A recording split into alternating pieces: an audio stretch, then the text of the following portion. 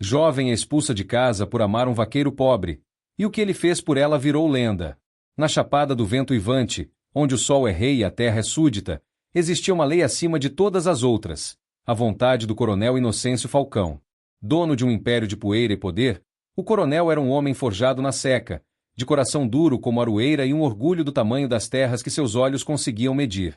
E a joia mais preciosa de sua coroa, a única criatura que por vezes conseguia arrancar um brilho de ternura daqueles olhos de gavião, era sua filha, Isabela. Isabela era promessa de chuva em agosto, uma aparição de beleza improvável naquela paisagem austera. Criada como uma princesa intocável, ela conhecia o mundo através dos livros de sua biblioteca e das janelas da Casa Grande. Seu futuro já estava desenhado e registrado em cartório, um casamento arranjado que uniria a fazenda Falcão a outro império, garantindo que o poder continuasse correndo no sangue da família. Mas o coração da gente é bicho teimoso, não obedece a mapa nem a escritura. E o de Isabela, sem que ninguém soubesse, já tinha encontrado seu próprio norte, um norte que não apontava para o luxo ou para o poder, mas para a humildade e a força silenciosa de um vaqueiro chamado Zé. Esta é uma história sobre o tamanho do amor e a força da teimosia. Sobre um reino construído sobre uma terra amaldiçoada e sobre um vaqueiro que, sem ter nada, deu o mundo à mulher que amava. Se você acredita que uma boa história pode mudar o dia da gente, já se inscreve aí no canal e nos acompanhe nesta jornada, porque o que aconteceu na Chapada do Vento Uivante virou lenda. O amor deles floresceu no único lugar onde a sombra do coronel não alcançava, nos segredos. Começou como um acidente, um susto. O cavalo de Isabela, assustado por uma cobra, empinou na beira de um riacho seco. Ela teria caído feio se mãos fortes e seguras não a tivessem amparado, tirando-a da sela com uma facilidade que a deixou sem ar. Eram as mãos de Zé. O encontro dos olhos deles, o verde assustado dela com o castanho calmo dele, durou um segundo, mas foi o suficiente para plantar uma semente em solo fértil. Depois daquele dia, os acidentes começaram a se tornar propositais. A desculpa de um passeio a cavalo levava Isabela para perto do velho juazeiro, onde Zé, como que por acaso, aparecia para beber água. Ali, longe dos olhares vigilantes, eles conversavam. Ela, curiosa sobre a vida dele, sobre a sabedoria que ele tinha da caatinga, dos bichos, do tempo. Ele, fascinado pela inteligência dela, pela forma como ela falava de mundos distantes que lera nos livros. Ele lhe trazia flores raras de mandacaru, que só abriam à noite, um presente que murchava com o sol, mas cuja memória durava para sempre. Ela lhe trazia livros da biblioteca, e sentada na sombra do juazeiro, começou a lhe ensinar as letras. A caligrafia rude de Zé, desenhando seu próprio nome na areia, foi a primeira poesia que ela sentiu na vida. "Por que você quer aprender a ler, Zé?" ela perguntou uma tarde. "Porque a senhora fala de uns mundos tão bonitos que estão nesses livros", ele respondeu, sem tirar os olhos do papel. "E eu queria saber se em algum deles tem um lugar para um homem como eu." "Em todos eles, Zé", ela disse, a voz suave. "Em todos eles, o homem de bom coração é o rei." A intimidade cresceu, e com ela, o perigo. Eles sabiam que estavam brincando com fogo. O coronel Inocêncio não era apenas um pai protetor, era um déspota. Sua visão de mundo era simples. Existiam os Falcão e existia o resto. O resto era ferramenta, era gado, era paisagem. Um vaqueiro, para ele, não era um homem, era uma função. A ideia de sua filha, seu sangue, se misturando com o pé rapado era mais do que uma desonra. Era uma blasfêmia, uma quebra na ordem natural do universo que ele governava. O próprio Zé, em seus momentos de solidão, sentia o peso daquele abismo social. "Isso é loucura, Zé", ele pensava, deitado em sua rede no alojamento dos peões. "É querer pegar uma estrela com a mão." Mas então, ele se lembrava do sorriso dela, da forma como ela olhava, não como um empregado, mas como um igual, e a loucura parecia a única coisa sensata a se fazer no mundo. "Um dia, Belinha", ele sussurrou numa dessas noites, sob o juazeiro, "eu ainda vou lhe dar um reino só nosso, onde ninguém vai mandar no seu sorriso." "Eu já tenho meu reino, Zé", ela respondeu, a cabeça deitada no peito forte dele, ouvindo as batidas de seu coração. "É aqui." Mas a felicidade, quando é segreda, é frágil. A inveja, por outro lado, tem 1000 olhos. E os olhos de Doralice, uma das criadas da Casa Grande que nutria uma paixão não correspondida por Zé, eram os mais aguçados. Ela seguiu Isabela. Viu os encontros. E, com o coração destilando o veneno do ciúme, levou a história, aumentada e distorcida, aos ouvidos do coronel. A fúria de Inocêncio Falcão foi como uma trovoada seca. O céu ficou mais pesado, o ar mais denso. Ele não explodiu. A raiva dele era fria, calculada. Ele esperou Isabela em seu escritório, a sala onde as sentenças eram dadas e os destinos, selados. A cabeça de um boi marruá, empalhada na parede, parecia observá-la com olhos de vidro, testemunha silenciosa de tantas decisões brutais. Seu cheiro é de mato, não de perfume, disse o coronel, sem rodeios, assim que ela entrou. Andou se misturando com os bichos? Isabela gelou. Eu estava apenas cavalgando, meu pai. Cavalgando, ele repetiu, a palavra soando como um insulto. Seu avô dizia que a desonra de um falcão começa com uma mentira. Olhe para mim e diga a verdade. O que há entre você e o vaqueiro? Isabela, pálida mas de queixo erguido, sabia que mentir seria inútil. Pior, seria uma covardia. Eu o amo, meu pai. Eu amo o Zé. O coronel se levantou e caminhou lentamente até a janela. Por um longo tempo, ele ficou olhando para suas terras, para o seu império, o império que ela estava cuspindo em cima. Quando se virou, seus olhos eram duas pedras de gelo. Você não ama um homem. Você ama a vergonha. A miséria. Você está jogando no lixo o sangue que corre nas suas veias. O nome que eu lhe dei. A vida que eu lhe dei. Ele se aproximou. O poder em sua voz era uma força física. Então, você vai escolher. E vai escolher agora. Ou você esquece esse pé rapado, esse Zé Ninguém que eu vou mandar embora daqui amanhã, e se casa com o filho do coronel Medeiros no final do ano, ou você vai atrás dele. Mas se escolher a segunda porta, entenda bem, Isabela, você sairá desta casa apenas com a roupa do corpo. Não levará um anel, um vestido, um tostão. E a partir do momento que você cruzar aquela porteira, você estará morta para mim. O nome Falcão não será mais seu. Você não terá mais pai, não terá mais casa, não terá mais nada. Aquilo não era uma ameaça. Era uma sentença. Ela olhou para o rosto do pai, procurando um vestígio do homem que um dia chamara de minha pitanga. Mas não encontrou nada. Apenas o orgulho ferido, a arrogância de um rei que não admite ser contrariado. E então, ela pensou em Zé.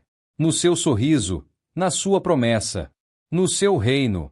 A escolha entre um mundo de luxo sem amor e um mundo de incertezas com ele não era, na verdade, uma escolha. Eu já fiz minha escolha, meu pai, ela disse, a voz trêmula, mas firme. Eu escolho Zé. A crueldade do coronel foi um espetáculo. Ele a arrastou pelo braço até a varanda, na frente de todos os trabalhadores, que olhavam para o chão, os rostos uma mistura de pena e medo. Zé não estava entre eles. Fora mandado para o campo mais distante naquele dia, um movimento deliberado do coronel. Esta mulher, ele bradou, a voz finalmente explodindo como um trovão. Esta mulher não é mais minha filha. Ela escolheu a lama, então que viva nela.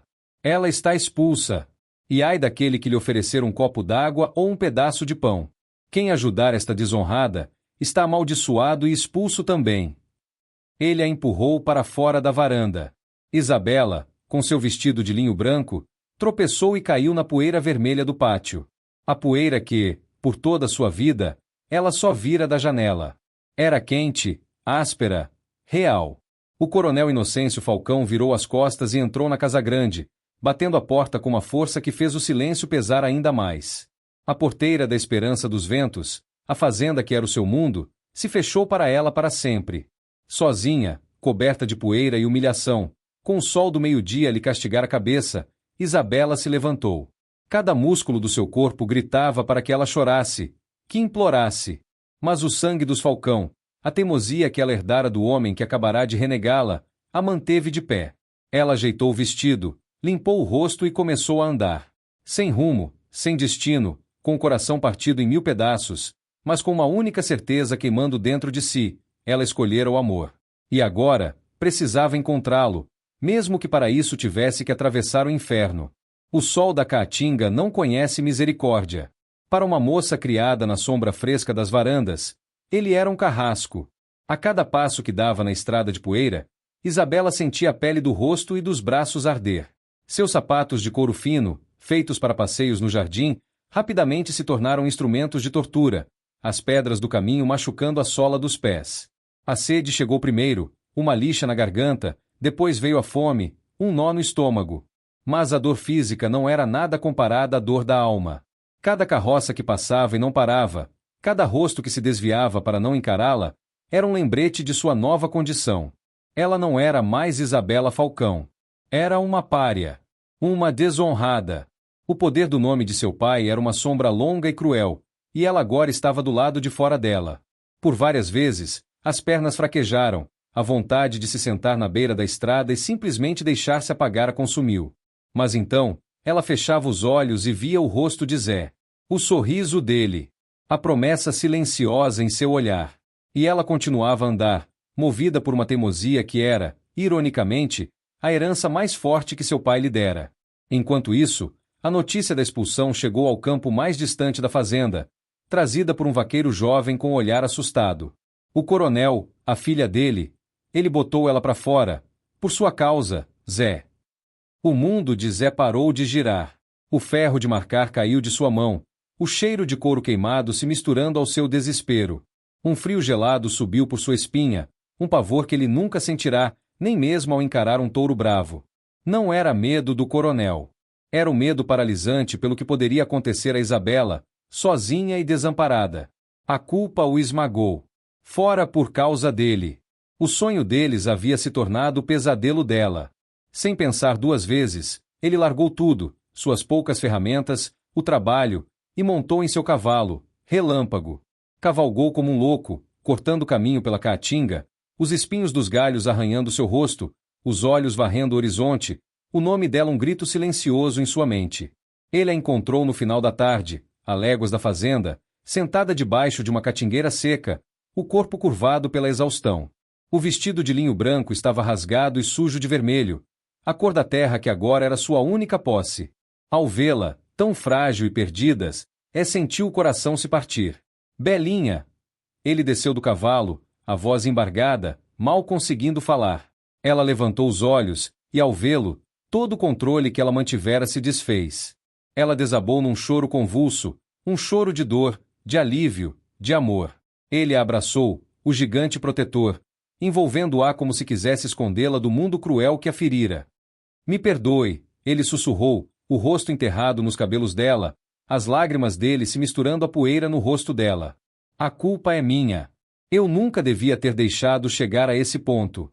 Eu sou um egoísta. Não, ela o interrompeu, segurando seu rosto entre as mãos, forçando-o a olhá-la. Os olhos verdes dela, apesar de vermelhos de choro, brilhavam com uma força inabalável. Nunca mais diga isso, Zé. A culpa não é sua. É do orgulho, do dinheiro. A escolha foi minha. E se eu tivesse que escolher de novo, entre aquela casa cheia de luxo e vazia de amor, e esta estrada de poeira com você, eu escolheria você. 1000 vezes. As palavras dela foram a água que apagou o fogo da culpa em seu peito, deixando apenas as brasas de uma determinação feroz. Ele a ajudou a montar em Relâmpago e a levou para o único lugar que podia chamar de seu. A Serra do Silêncio fazia jus ao nome. Era a parte mais esquecida da chapada, um lugar de rochas áridas e vegetação retorcida, onde o vento uivava constantemente, como se contasse histórias de almas penadas. As pessoas evitavam aquele lugar, diziam que a terra era amaldiçoada, salgada pelas lágrimas de uma tribo antiga. E ali, na encosta da serra, estava o casebre de taipa. Era pouco mais que um abrigo. As paredes de barro eram rachadas, o teto de palha tinha buracos que prometiam goteiras na primeira chuva, e o chão era de terra batida. Não havia móveis, apenas uma rede velha que Zé armou para ela. Era o chão do mundo. Não é um palácio, Belinha, ele disse, a voz cheia de vergonha, enquanto acendia um candeeiro que lançou sombras dançantes nas paredes tortas. Isabela olhou ao redor. Para o teto de palha, para a única janela sem vidro, para a pobreza que era quase uma presença física. E então, ela olhou para ele, para o amor e a angústia em seus olhos. Ela sorriu, um sorriso cansado, mas genuíno. É o nosso reino, Zé, ela disse. E nós vamos começar a construí-lo agora. A construção daquele reino começou com a mais dura das lições: a humildade. A vida que se seguiu foi uma prova de fogo. Para Isabela, cada dia era uma descoberta de sua própria ignorância sobre o mundo real. Na primeira manhã, ela tentou acender o fogão a lenha e quase incendiou o casebre, terminando coberta de fuligem e tossindo, frustrada. Zé chegou do campo e, sem rir, ensinou-a a dispor a lenha, a soprar as brasas com paciência, transformando a fumaça em chama. A caminhada de quase 1 quilômetro para buscar água no poço mais próximo tornou-se um ritual diário. As latas pesadas feriam seus ombros, e as mãos, antes acostumadas com o toque de seda dos livros, tornaram-se ásperas e cheias de calos. Às vezes, enquanto esfregava as 2 únicas peças de roupa que tinham numa pedra, ela olhava para suas mãos e não as reconhecia. Mas junto com a dor, vinha uma sensação nova, a de utilidade, de força. Zé enfrentava sua própria batalha. A sombra do coronel era longa. Nos primeiros dias, ele procurou trabalho nas fazendas vizinhas. A resposta era sempre a mesma, um não acompanhado de um olhar de pena ou de medo. Desculpe, Zé, mas não posso me indispor com o coronel Falcão. Ele passou a aceitar qualquer serviço, por mais duro que fosse. Passou uma semana inteira limpando um terreno infestado de macambira, uma planta cheia de espinhos cruéis, em troca de um saco de feijão e um pouco de farinha. Chegava em casa ao anoitecer, o corpo moído, os braços e o rosto arranhados, mas com comida nas mãos. E o sorriso de Isabela ao vê-lo era o bálsamo que curava qualquer ferida. O isolamento era o inimigo mais silencioso. Eles eram uma ilha. Até que a febre de Zé os forçou a procurar ajuda. Ele pegara uma gripe forte, e seu corpo queimava. Desesperada, Isabela lembrou-se das histórias sobre uma velha curandeira que vivia isolada na outra encosta da serra, Dona Santinha. Ela encontrou a mulher, uma senhora de pele enrugada como um maracujá seco e olhos brilhantes como os de uma criança, numa casinha rodeada de ervas. Dona Santinha não temia o coronel. Coronel não manda na febre nem na morte, ela disse, com sua voz rouca. Ela deu a Isabela chás em plastros, mas lhe deu também algo mais precioso: conversa. Ensinou a reconhecer as folhas que serviam de remédio, a casca da aroeira que fechava feridas, o chá de capim-santo que acalmava a alma. Aquelas visitas se tornaram o refúgio de Isabela, um lugar onde ela podia ser apenas uma moça aprendendo segredos da terra, e não a filha deserdada do coronel. Apesar de toda a dureza, o amor dele se aprofundava. A adversidade os despia de todo o artifício. Eles não tinham nada para oferecer um ao outro a não ser a verdade de quem eram.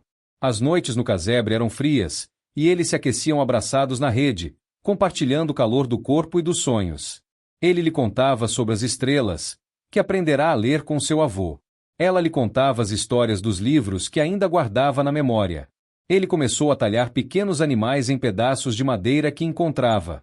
Deu a ela um sabiá, tosco e desproporcional, mas feito com tanto amor que Isabela o guardou como se fosse um diamante. Eram pequenos gestos, insignificantes para o mundo, mas que eram os tijolos com os quais eles reconstruíam sua dignidade. Os meses se passaram.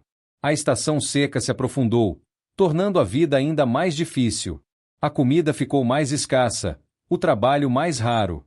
A esperança começava a se parecer perigosamente com a poeira fina que cobria tudo. Numa noite, olhando para o rosto magro de Isabela, adormecida sob a luz do candeeiro, o coração de Zé se encheu de uma fúria silenciosa. Uma fúria contra a injustiça, contra a seca, contra sua própria impotência. Ele saiu do casebre e olhou para a Serra do Silêncio, escura e intimidadora sob as estrelas. Ela não era uma inimiga. Não era amaldiçoada. Era um desafio. Uma promessa. Ele se lembrou da água, do segredo que guardava em seu coração. A fase da sobrevivência, da aceitação passiva do sofrimento, havia acabado. Ele voltou para dentro e beijou a testa de Isabela. Ela se mexeu, sonolenta. O que foi, Zé? Ele olhou nos olhos dela, e a certeza em sua voz era a de um homem que acabará de encontrar seu destino. Eu te prometi um reino, Belinha, e um homem sem palavra não vale nada. Ele se levantou e olhou pela janela em direção à serra. Chegou a hora de encontrar a fundação dele. A promessa de Zé, feita sob as estrelas na soleira da porta do casebre, não foi uma declaração vazia. Foi o início de uma caçada.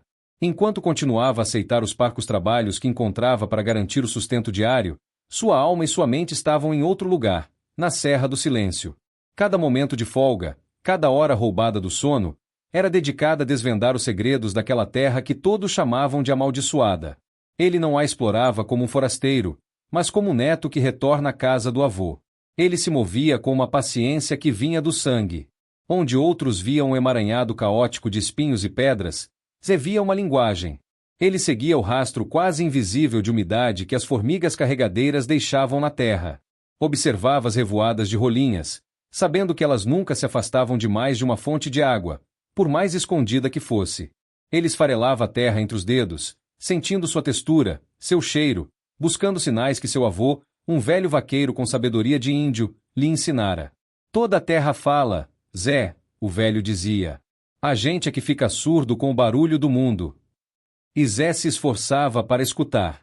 Por semanas, a serra permaneceu em silêncio, oferecendo apenas calor, pedras e falsas esperanças. Ele encontrou poças temporárias, fruto de algum sereno mais forte, e leitos de riachos que haviam morrido há séculos, seus ossos de pedra expostos ao sol. A frustração começou a pesar sobre ele, mas a imagem do rosto cansado de Isabela e a fé inabalável que ela depositava nele o impulsionavam a continuar. A descoberta, quando veio, não foi um grito, mas um sussurro.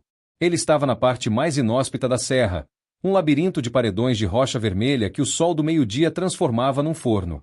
Perseguindo a sombra, ele se abrigou numa fenda estreita e, ao se sentar para descansar, sentiu um sopro, um ar frio e úmido que subia de uma pequena fissura no chão, quase coberta por uma moita de macambira. O coração dele disparou. Ar frio vindo de dentro da terra em pleno calor da seca só podia significar uma coisa: água.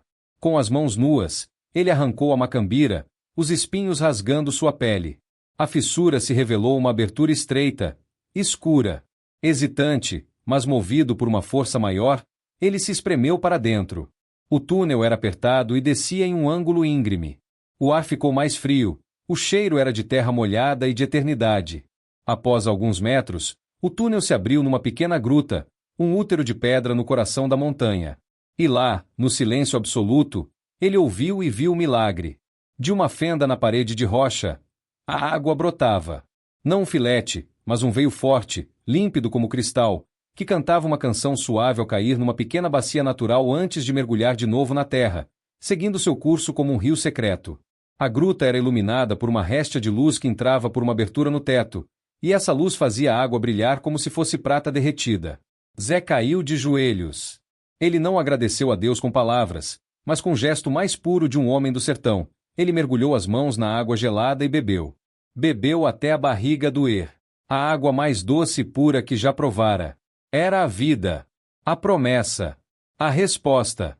Ele deixou a água escorrer por seu rosto, lavando o suor, a poeira e todas as semanas de dúvida e desespero. Ele havia encontrado o coração da terra. O segredo era um tesouro pesado demais para ser dividido antes da hora. Zé decidiu, com o coração apertado, não contar nada a Isabela. A esperança, ele sabia, podia ser tão cruel quanto a seca se morresse na praia. Ele a amava demais para arriscar vê-la sofrer outra decepção. Ele lhe daria a certeza, não o sonho. E assim começou sua jornada dupla. De dia, era o Zé de sempre, o vaqueiro que lutava por alguns trocados. Mas à noite, ele se tornava um titã, um construtor de milagres. Enquanto Isabela dormia, exausta pela dureza da rotina, ele saía sorrateiramente, levando suas poucas e velhas ferramentas. A primeira tarefa foi cavar um poço, um trabalho de Hércules. Sob a luz da lua e das estrelas, ele quebrou pedra e cavou terra, guiado apenas pela intuição e pelo som da água que corria sob seus pés. Suas mãos, já calejadas, abriram-se em feridas que ele tratava com folhas de aroeira. Seus músculos gritavam em protesto. Mas a cada noite, o poço ficava mais fundo. Quando finalmente a água brotou, escura e fria no fundo do buraco, ele sentiu a primeira grande vitória. Depois vieram os canais. Com uma engenhosidade nascida da necessidade, ele criou uma rede de irrigação invisível. Usou longos bambus partidos ao meio, que encontrava numa touceira teimosa quilômetros dali, e os enterrou, criando dutos subterrâneos. Cobriu tudo com pedras, terra e a vegetação nativa, de modo que, visto de cima, nada parecia ter mudado. Ele escolheu o lugar perfeito para sua roça secreta, um pequeno vale escondido no coração da serra, protegido por paredões de rocha por 3 lados, invisível para quem passava pela estrada. A terra ali era pobre, mas ele a enriqueceu. Noite após noite, ele carregava sacos de esterco que recolhia no curral abandonado de um antigo criador de cabras, e misturava com folhas e humus, criando um solo fértil e escuro que contrastava com a aridez ao redor. Uma noite, a sorte quase o abandonou. Enquanto trabalhava, ouviu o som de cachorros e o grito de um caçador noturno se aproximando. Zé se jogou no chão, o corpo escondido num dos canais que cavara, o coração martelando contra as costelas. Ele ficou imóvel por quase 1 hora, prendendo a respiração, até que o perigo passasse. O medo de ser descoberto era um gosto amargo na boca, mas apenas fortaleceu sua determinação. Finalmente, o dia chegou. Com as primeiras chuvas da estação, que naquele ano foram poucas e fracas, para desespero do resto da região, ele plantou as sementes de feijão de corda. Aquele ato foi a materialização de sua fé. Ele não estava apenas plantando grãos, estava semeando a promessa que fizera a Isabela. Enquanto a seca se aprofundava na chapada, queimando as plantações e matando o gado, o vale secreto de Zé, alimentado pela veia oculta da serra, explodiu em um verde luxuriante. A água, controlada por seu sistema de irrigação, era o sangue que dava vida àquele oásis. A colheita foi um momento de reverência silenciosa. Os pés de feijão estavam carregados, as vagens grossas e de um verde vibrante. Ele encheu saco após saco, um tesouro nascido da teimosia, do segredo e do amor. A feira da cidade de Alvorada era um retrato da desgraça da seca. Poucas barracas, produtos mirrados e caros, e um povo de rosto sofrido. Quando Zé chegou com sua carroça e abriu o primeiro saco, um silêncio se espalhou pela praça. O cheiro de feijão verde fresco era algo que ninguém sentia há meses. Feijão de corda. Perfeito. Parecia uma miragem.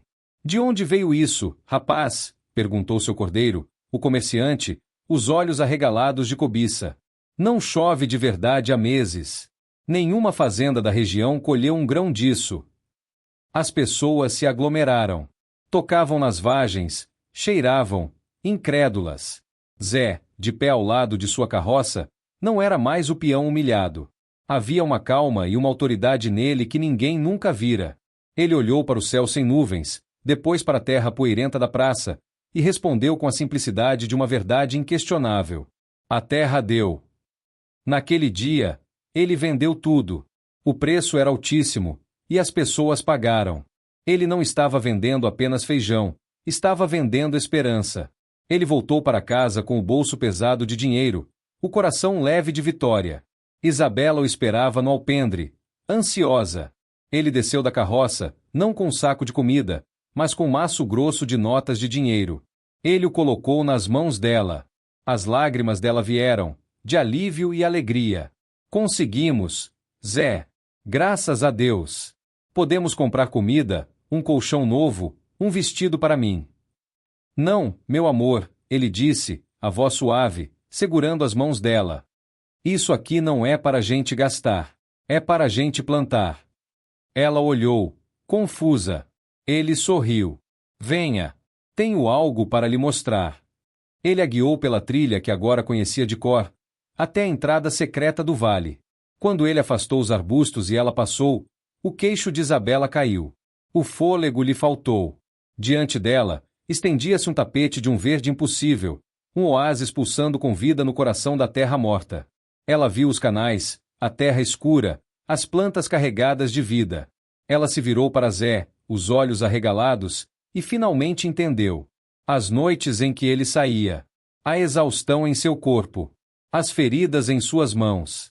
As lágrimas que agora corriam pelo rosto dela não eram de alívio, mas de uma emoção tão avassaladora que não tinha nome. Era amor, gratidão, admiração. Era o espanto de testemunhar um milagre. Ele não havia apenas encontrado água. Ele havia, com as próprias mãos, criado a vida do nada.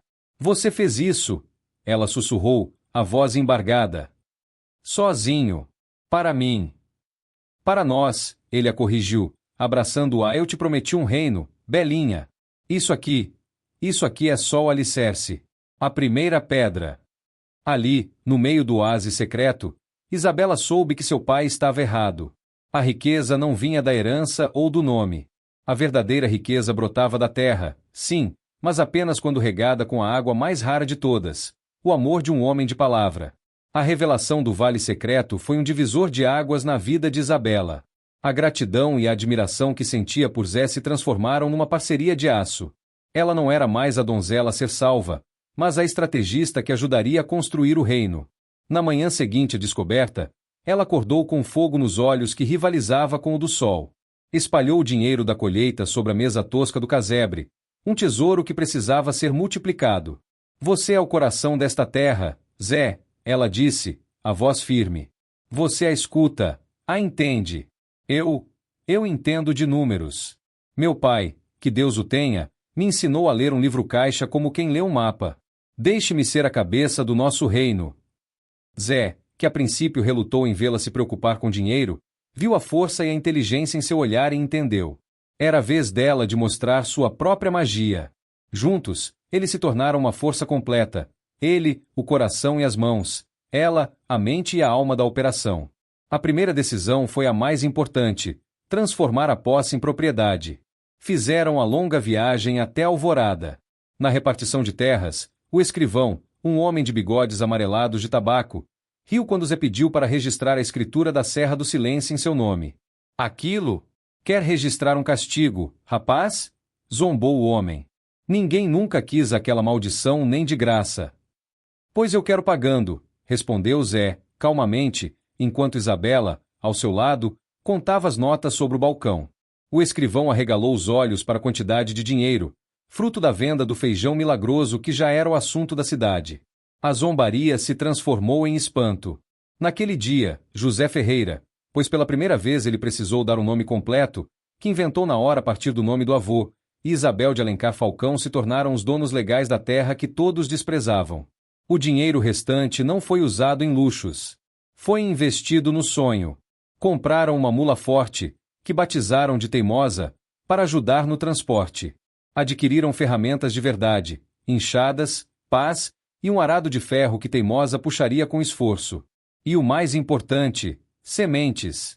Isabela passará dias estudando os velhos almanaques agrícolas de seu pai, cruzando as informações dos livros com conhecimento prático de Zé.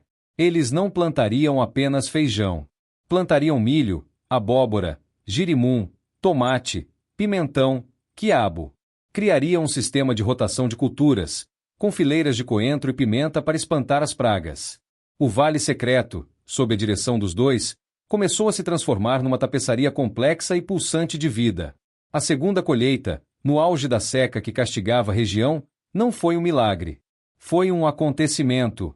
Zé já não ia para a feira com uma carroça, mas com duas, abarrotadas de uma. Fartura que parecia uma miragem. Ele se tornou a salvação de Alvorada. As pessoas faziam fila para comprar seus produtos. Os mesmos que antes viravam o rosto agora o chamavam de seu Zé, com o respeito que beirava a veneração. Ele não era mais o vaqueiro pobre da filha do coronel.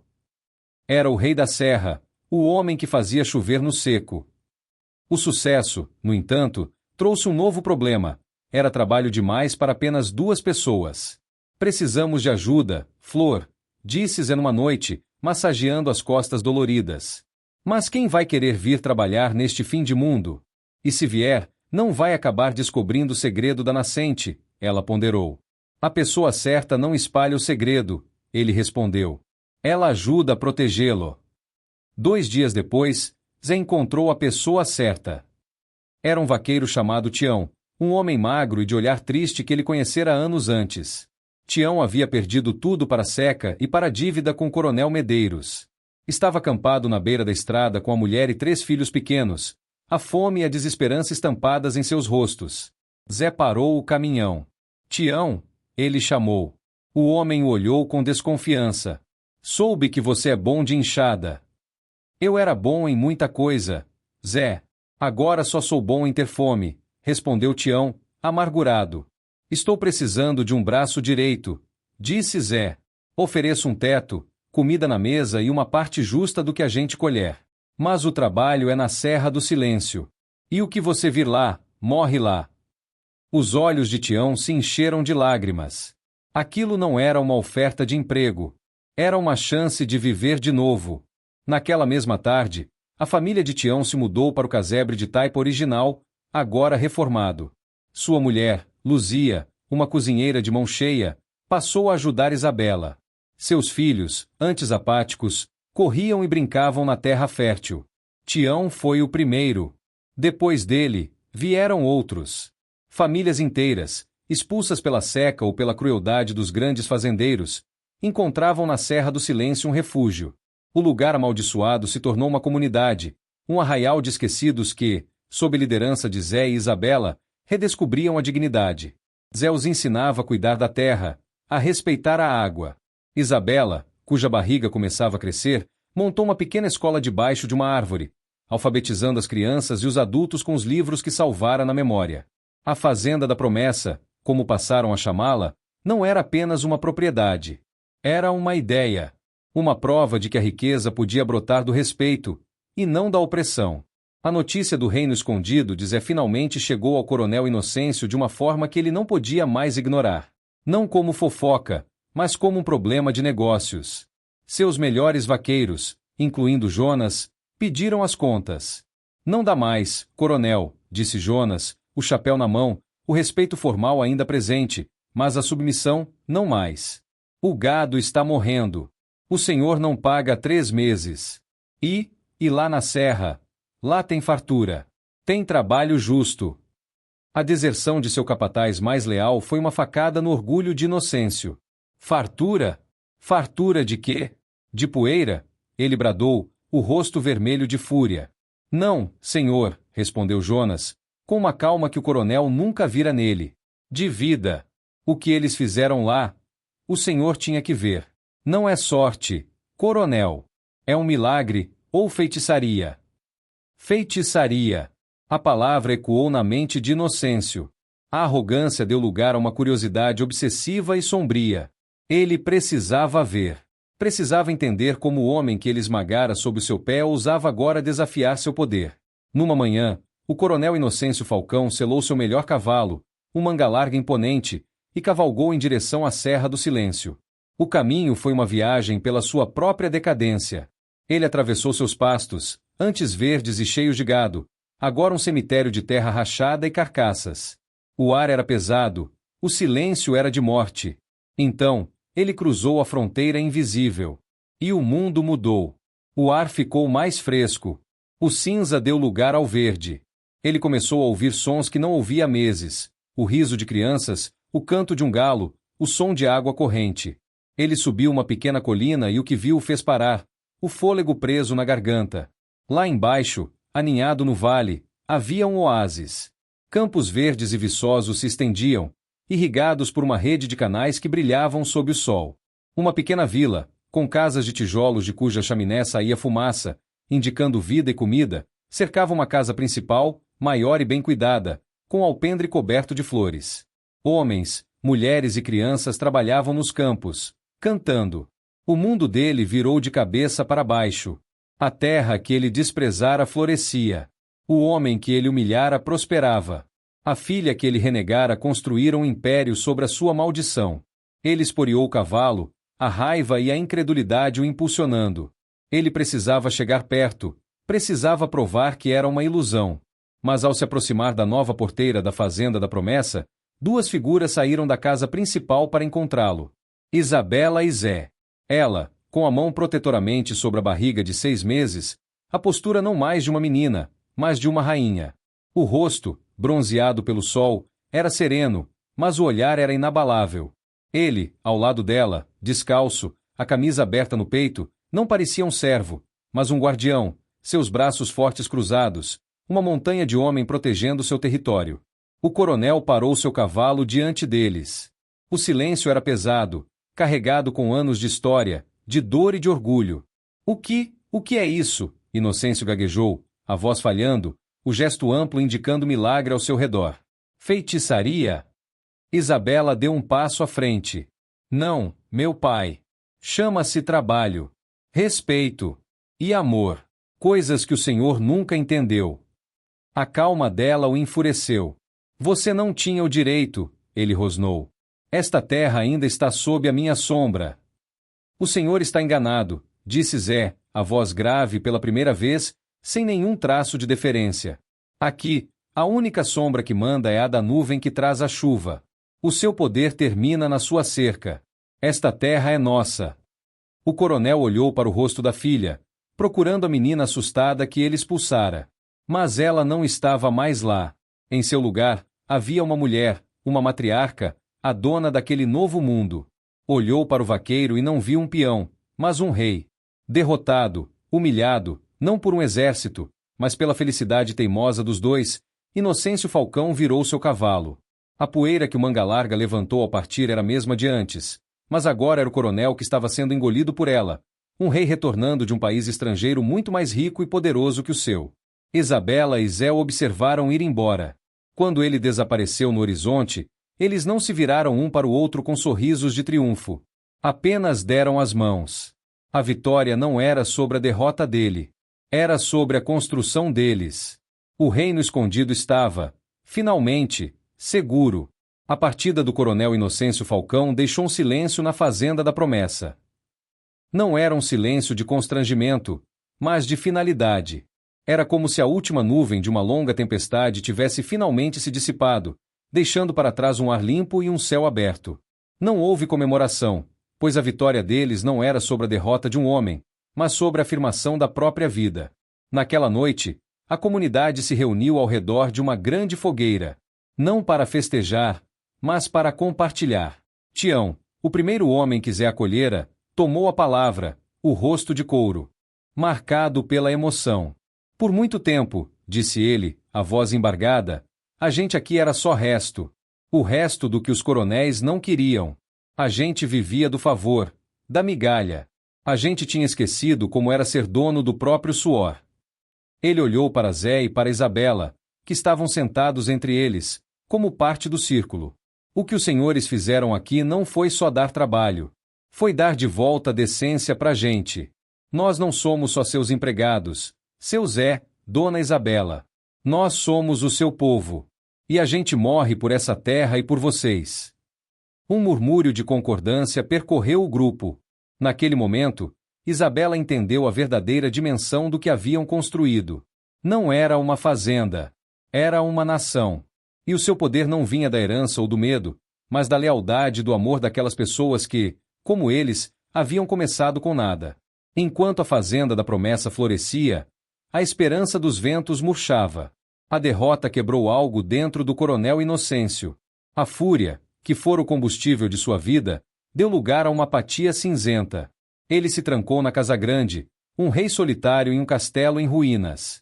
Sem a mão de ferro de seu comando, a fazenda se desgovernou. O gado adoeceu, as cercas cederam, e os poucos trabalhadores que restaram faziam por hábito, não por lealdade. O homem que fora o dono do mundo agora assistia, da sua janela, seu império se transformar em pó, um reflexo de seu próprio coração. Ele era um homem rico, mas profundamente pobre, assombrado pelo eco da felicidade que ele mesmo expulsara de casa. Meses se passaram. A barriga de Isabela cresceu, e com ela, a prosperidade da serra. A notícia do nascimento de seu primeiro filho, um menino forte e saudável, viajou pela região. A criança foi batizada como Eurípides Ferreira Falcão, um nome que era uma ponte. Uma homenagem ao avô que o rejeitara, mas também uma afirmação da nova linhagem, forjada na união de um vaqueiro e uma sinhazinha. A notícia do nascimento do neto foi o golpe final na armadura do coronel. A ideia de seu sangue, seu único legado, crescendo com o nome de um ninguém, nas terras que ele amaldiçoara, era uma tortura. Mas sob a dor do orgulho, havia algo mais. A pontada da solidão, o desejo tardio de conhecer o menino que carregava o nome de seu pai. Foi então que ele fez sua última jogada. Não uma de poder, mas de rendição. Um advogado da capital, um homem de terno e sapatos lustrosos que destoavam da poeira da fazenda, chegou à fazenda da promessa. Ele foi recebido por Isabela no alpendre florido. A calma e a autoridade dela o desarmaram. Ele esperava encontrar uma camponesa rude, não aquela mulher cuja elegância parecia nascer da própria terra. Ele lhe entregou uma carta, escrita em papel timbrado. A letra do coronel era a mesma, firme e imponente, mas as palavras eram as de um homem diferente. Minha filha, Isabela, começava a carta. Os dias nesta casa se tornaram longos, e as noites, um lembrete do silêncio que eu mesmo criei. O ódio é um alimento pobre, não sustenta um homem por muito tempo. Soube do nascimento de meu neto. Um falcão. A notícia me trouxe a clareza que a arrogância me roubou por toda uma vida. Errei. Fui um tolo, cego pelo orgulho. Não lhe peço perdão, pois sei que não o mereço. Peço uma oportunidade de remediar o que pode ser remediado. Sua parte na herança da esperança dos ventos está intacta. É sua por direito. Quero que meu neto cresça sabendo de onde veio, com a segurança que o nome de sua família pode lhe dar. Quero, se me permitir, conhecê-lo. Quero tentar ser o avô que não soube ser o pai. Com o que me resta de esperança, Inocêncio Falcão. Isabela leu a carta em silêncio. As palavras que ela esperara ouvir por tanto tempo, as palavras de arrependimento, finalmente estavam ali.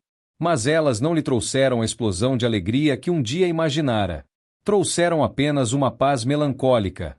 Ela olhou para o vale, para o seu povo trabalhando, para Zé, que brincava com o pequeno Eurípides perto do riacho. Olhou para o seu mundo, construído sobre a rejeição do mundo que aquela carta agora lhe oferecia de volta. Ela pegou uma caneta e, no verso da própria carta, com sua caligrafia elegante, escreveu a resposta. Meu pai, agradeço a sua carta e a sua oferta, mas não posso aceitá-la. A minha herança, a herança do meu filho, eu já construí com as minhas próprias mãos, ao lado do meu marido.